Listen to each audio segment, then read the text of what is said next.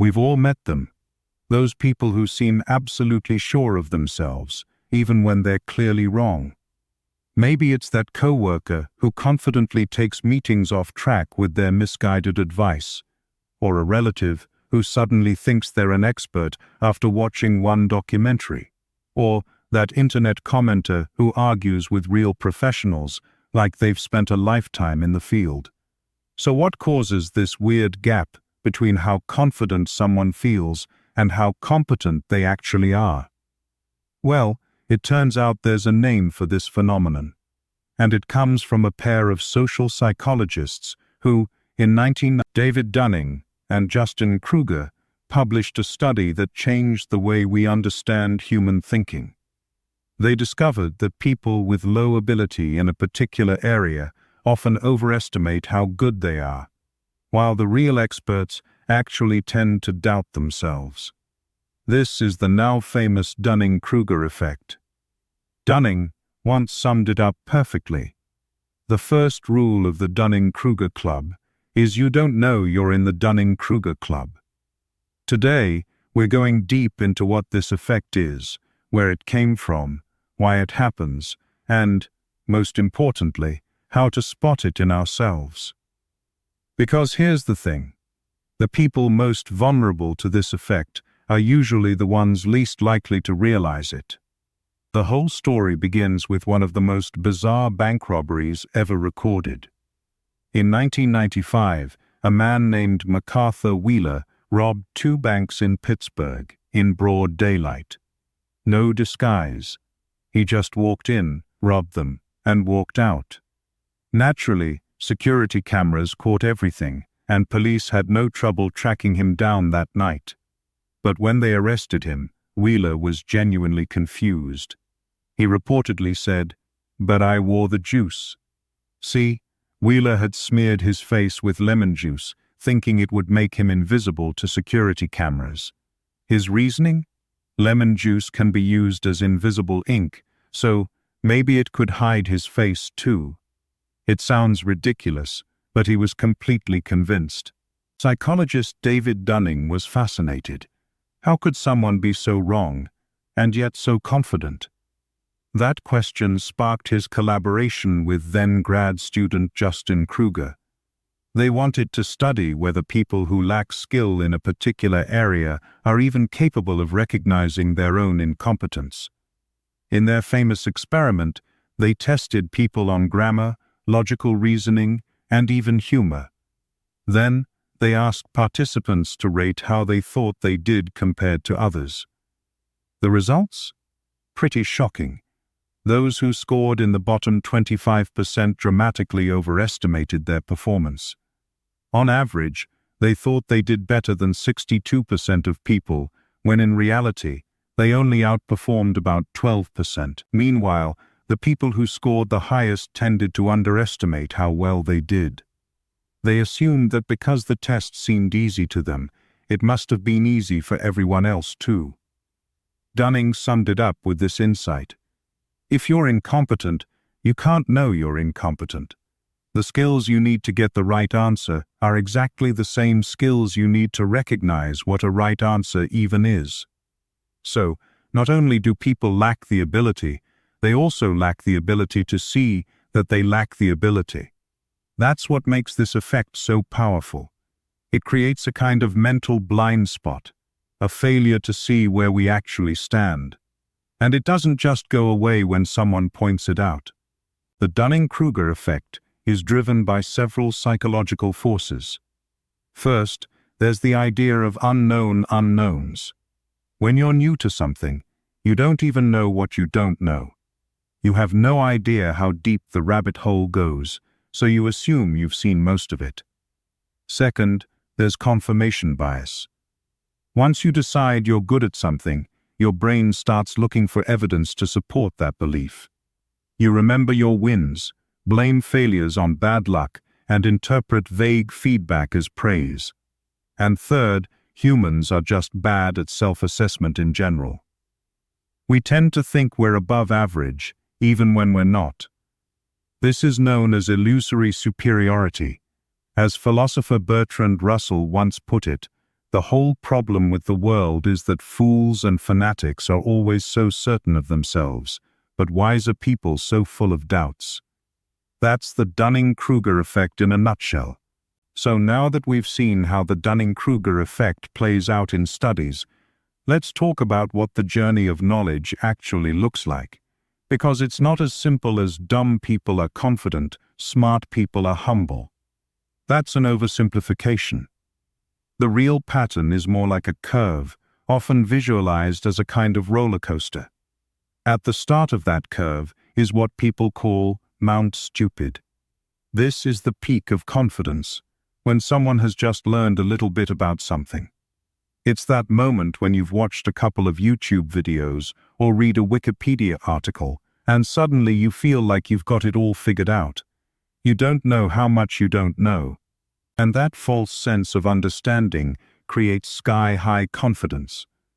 This is where you'll find people who make big claims, challenge experts, and dive headfirst into debates because they genuinely believe they're informed.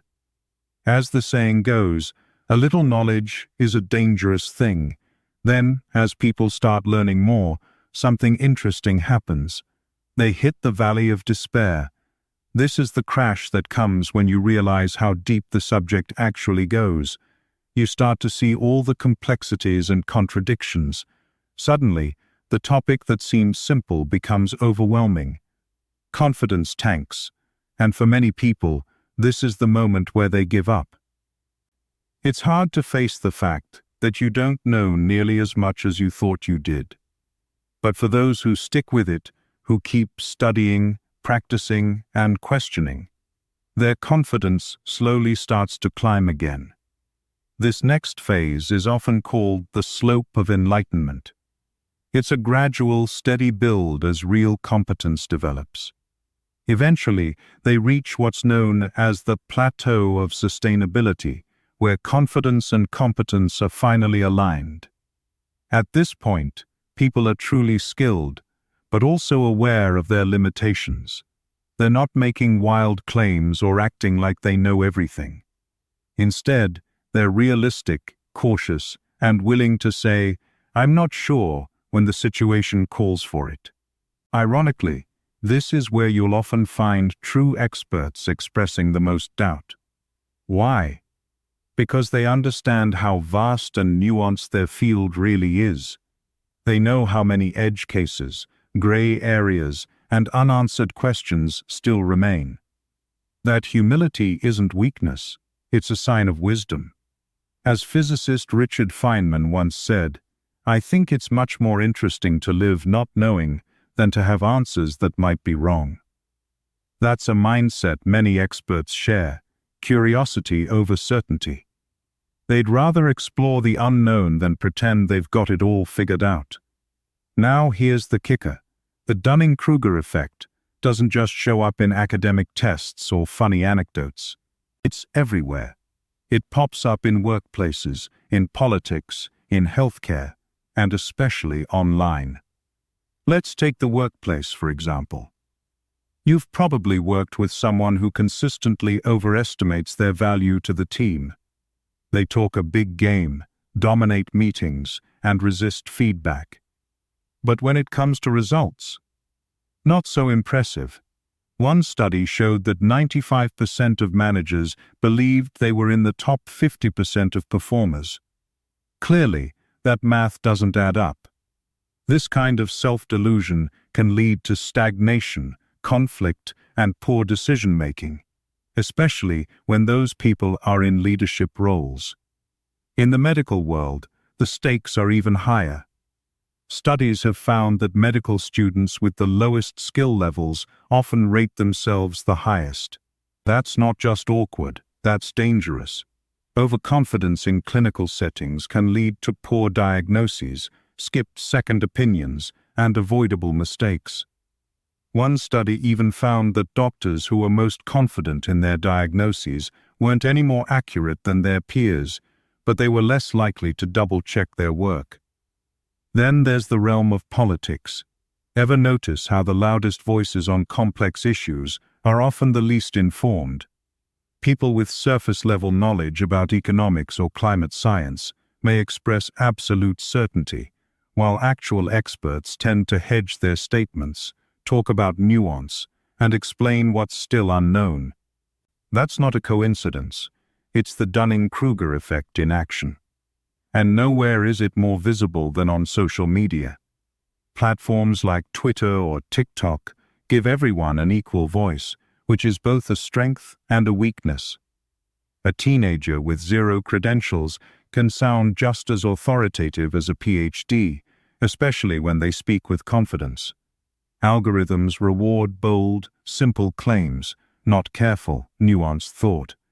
And that creates what some researchers call an expertise crisis, a world where all opinions are treated as equally valid, regardless of experience or evidence.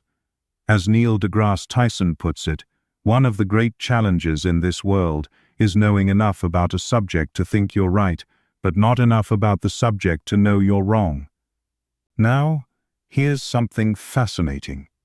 Not all cultures experience the Dunning-Kruger effect in the same way. Turns out, the way people rate their own abilities is shaped by cultural norms and values, especially around confidence and humility. Let's start with the US, where the effect was first studied. In American culture, confidence is often seen as a virtue. From a young age, kids are told to believe in themselves, follow their dreams, and fake it till they make it.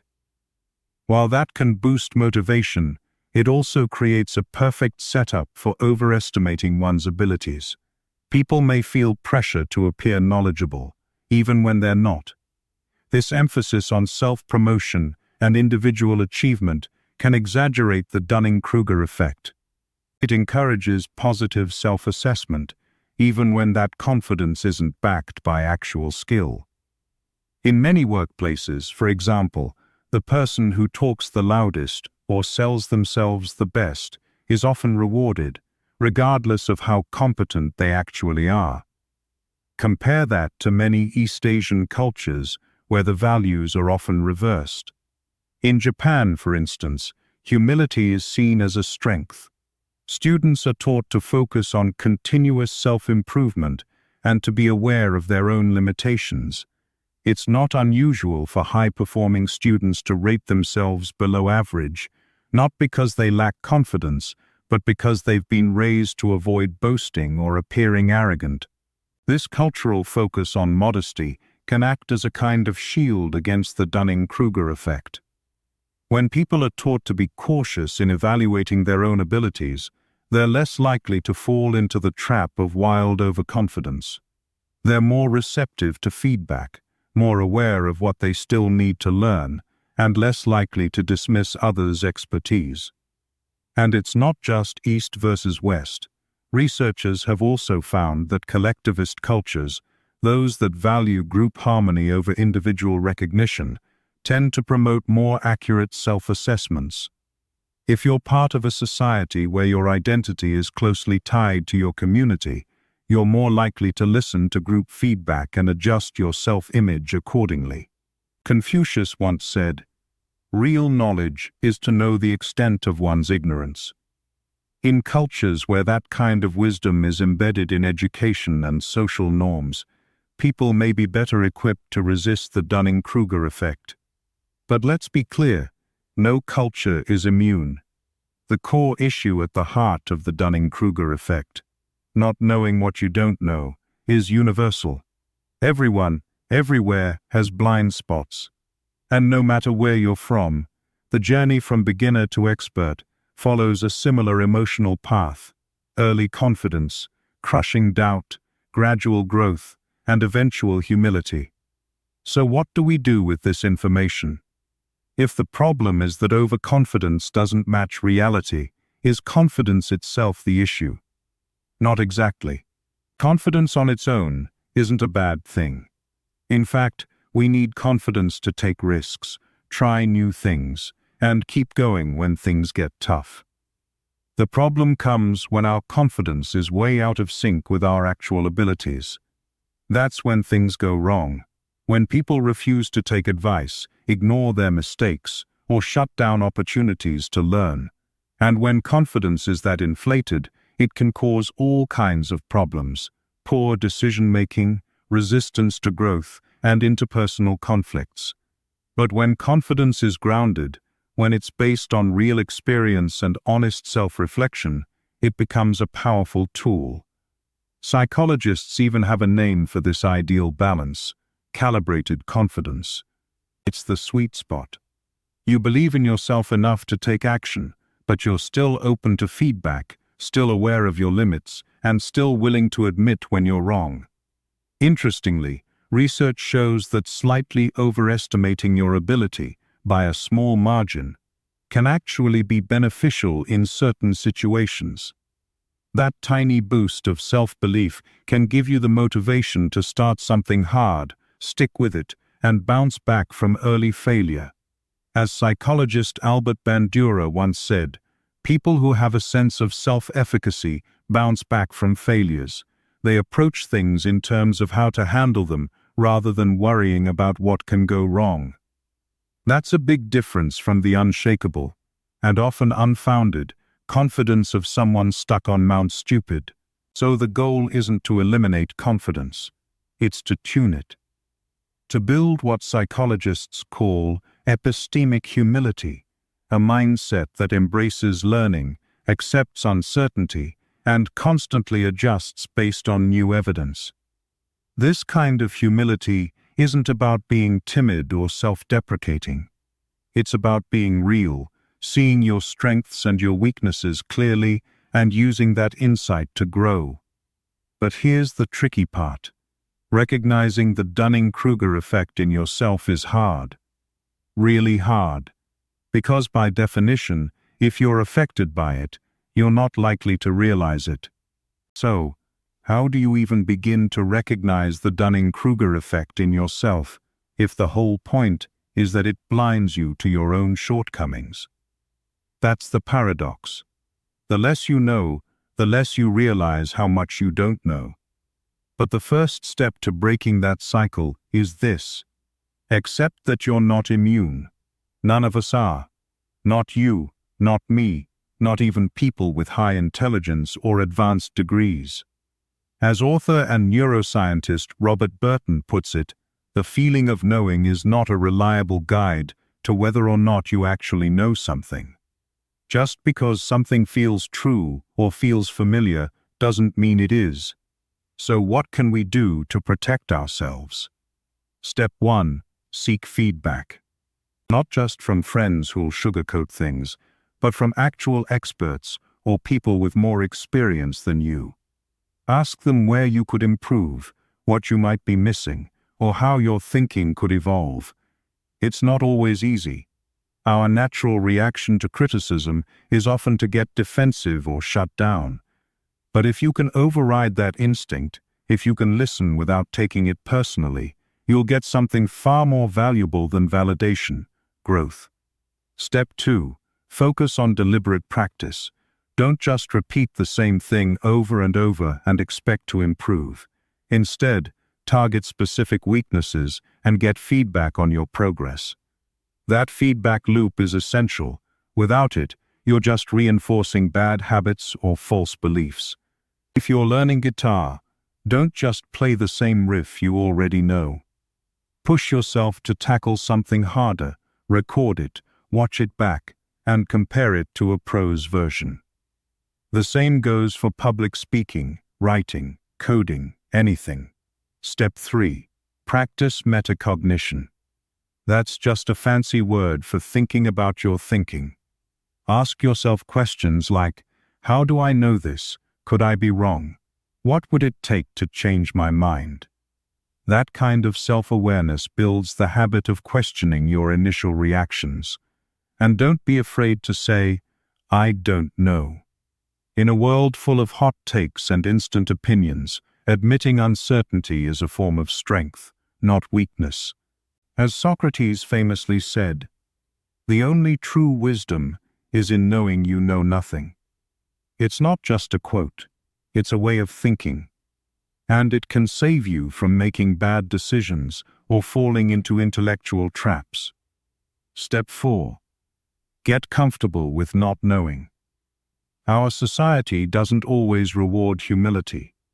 Online especially, there's pressure to speak with authority, even if you're not one.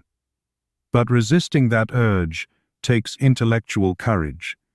Being able to say, "I'm not sure, I'll need to look into that," or "that's outside my expertise," isn't just honest, it's powerful. It shows you value truth over ego. Author Aldous Huxley once said, "That men do not learn very much from the lessons of history is the most important of all the lessons that history has to teach." And one of the clearest lessons from the Dunning-Kruger effect is this. This problem gets even trickier in the digital age. Thanks to the internet, you can look up virtually anything in seconds. Need to know how black holes work? There's a video for that. Curious about how to start a business, speak a new language, or fix your plumbing? It's all right there.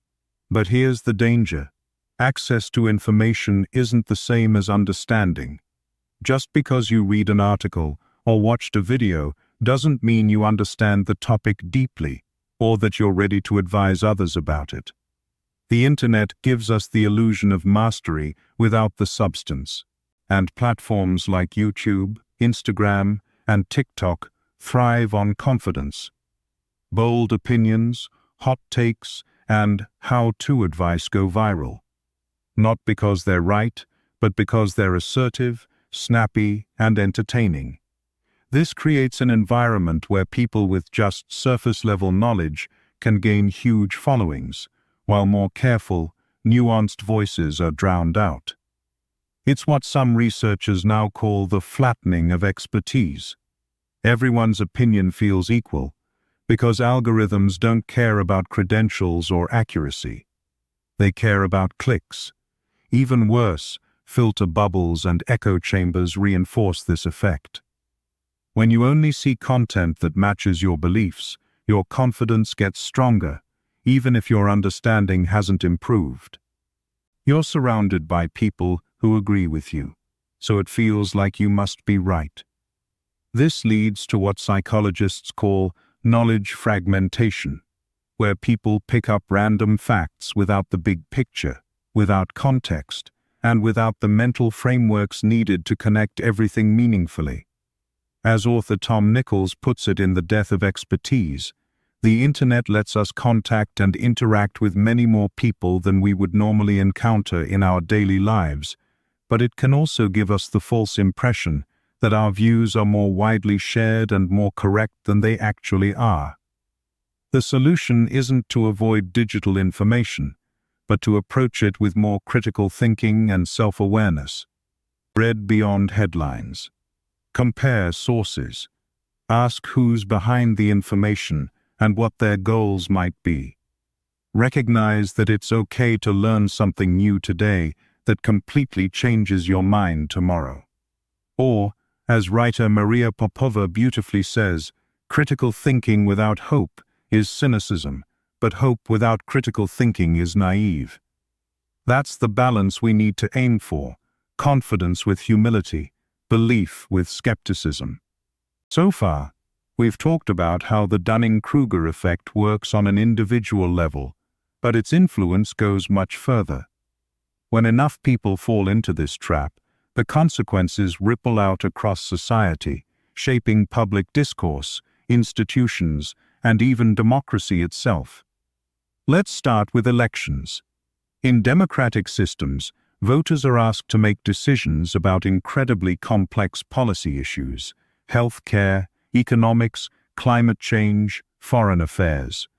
But many people approach these topics with surface-level knowledge, armed with confidence but lacking real understanding. That opens the door for populist rhetoric, simple answers to complex problems, delivered with certainty. And the more confident the speaker, the more persuasive they seem, regardless of whether their ideas hold up under scrutiny. This mismatch between confidence and competence can have serious consequences. Oversimplified policies may win public support, while nuanced, evidence-based proposals get ignored because they're too complicated or don't sound decisive enough. In corporate settings, the Dunning-Kruger effect can distort hiring and promotion decisions. People who radiate confidence, who speak up often, and seem sure of themselves, are often favored over quieter, more thoughtful candidates. Over time, this leads to what researchers call confidence cascades, where entire workplace cultures start rewarding appearance over ability. That's how organizations end up with ineffective leadership. When confidence is treated as a proxy for skill, you can wind up with decision-makers who lack the competence to navigate real challenges, but are too unaware or too proud to recognize it. The Dunning-Kruger effect is also a major obstacle in scientific communication and public health. During the COVID-19 pandemic, for instance, we saw how damaging it can be when people with little to no background in medicine feel just as qualified to interpret scientific data as actual epidemiologists. In fact, one of the greatest challenges scientists face today isn't just conducting research, it's defending it against misinformation. And that misinformation often comes from highly confident non-experts who have strong opinions based on a flawed or shallow understanding of the topic. This same dynamic appears in education too. Sometimes students or their parents push back against expert teachers, convinced they know better because of something they read online or heard in a podcast.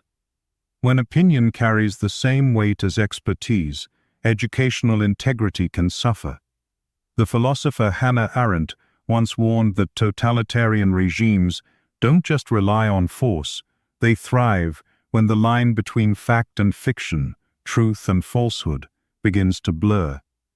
And while the Dunning-Kruger effect isn't political by nature, it does create similar vulnerabilities.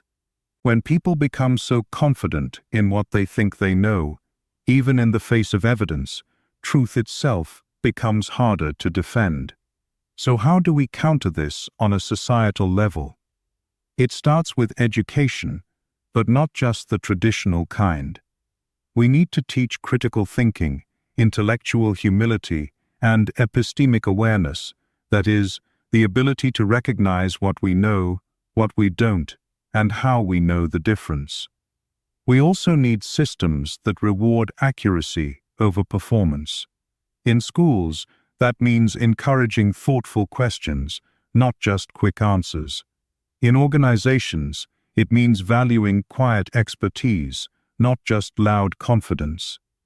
And in media, it means giving space to experts who speak with nuance, even if they don't always deliver dramatic sound bites. Because real expertise often sounds uncertain. Experts use phrases like, "It depends," "We don't know yet," or "The data suggest." That's not weakness. That's intellectual honesty. The Dunning-Kruger effect teaches us that true mastery is marked by humility, not certainty. As we've seen, the more we learn, the more we become aware of how much we don't know. Our circle of knowledge expands, but so does our awareness of the unknown. That's the paradox of learning. And it's a good thing. Because when we understand our limitations, we become better listeners, better learners, and better decision-makers. We stop clinging to the illusion of knowing everything, and start embracing the process of discovering more. Understanding the Dunning-Kruger effect gives us a powerful lens for self-reflection. It reminds us that growth begins not with confidence, but with curiosity. That real knowledge isn't about always being right, it's about being open to being wrong, and using that awareness to learn, adapt, and evolve. And perhaps most importantly, it teaches us to be more compassionate with others and with ourselves. When someone overestimates their abilities, it's often not because they're arrogant, it's because they haven't yet seen the full picture. They don't know what they don't know. Just like we didn't, until we did. Even one of the greatest minds in science, Richard Feynman, once said, I believe that a scientist looking at non-scientific problems is just as dumb as the next guy. That kind of humility, coming from a Nobel Prize-winning physicist, is a lesson in itself. So the next time you feel absolutely certain about something, pause. Ask yourself, do I really know this, or do I just feel like I do? That small act of reflection might just be the first step toward real understanding. Because in the end, it's not confidence that makes you wise. It's knowing when to question it.